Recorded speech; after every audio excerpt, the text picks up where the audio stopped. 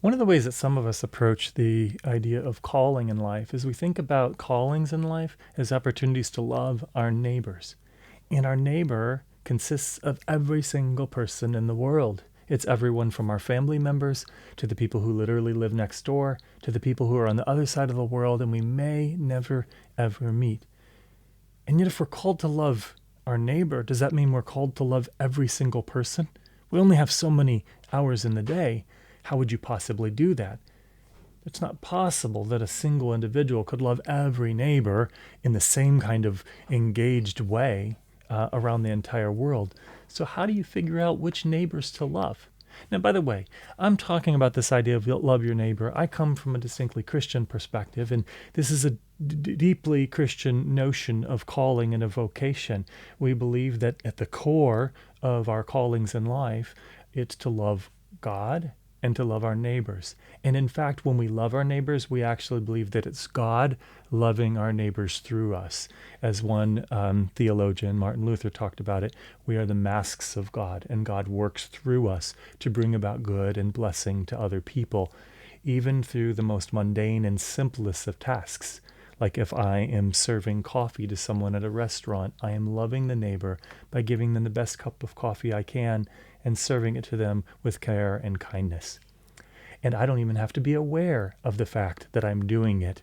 God can be providing that goodness through me even when my intentions are poor. So it's a really powerful kind of way of infusing even the most mundane and ordinary of circumstances with a rich, even spiritual kind of significance that God is indeed at work in the world, loving the world through each and every one of us, through our work in the world. Now, the question, though, that I started with is still unanswered. We also think about our life's career and the time and the energy that we're going to spend in a day. And for some of us, we still want to have a sense of how our unique passions and gifts and abilities intersect with the needs of our neighbors and ways that we can do good and love our neighbors. So let me tell you a little bit of a story here.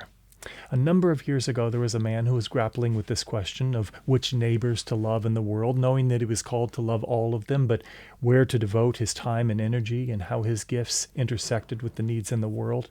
He had a great passion for music and he studied it in college. He also had a passion just for theater in general, and he loved children. So you might have thought that with those two combinations, a love for music and the arts and a love for children, he'd be a perfect fit for becoming a classroom teacher. And I'm sure if he had, he would have been a wonderful teacher and impacted the lives of many children and their families and the communities in which they would live in the future.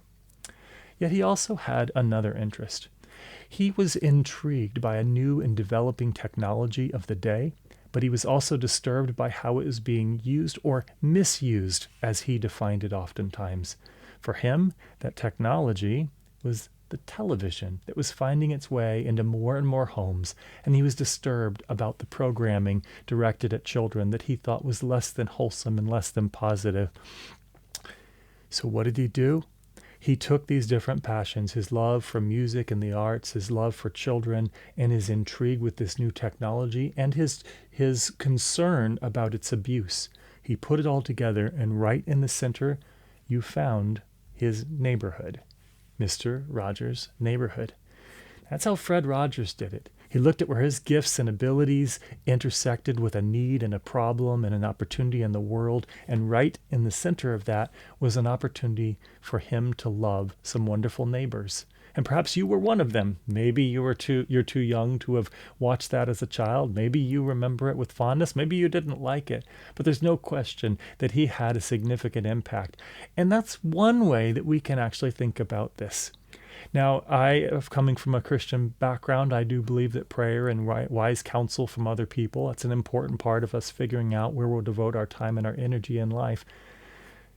But this simple process is a way that we can think about how we use our days. Who are the neighbors that you're called to love today?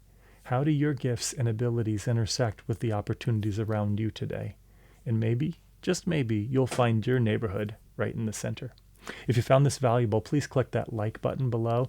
And if you're interested in this kind of content in general, most of the content on this channel is focused upon education or learning in the broadest sense, especially meaning-rich learning, like what I talked about here today. So if that intrigues you, hit the subscribe button and you can follow along with other videos.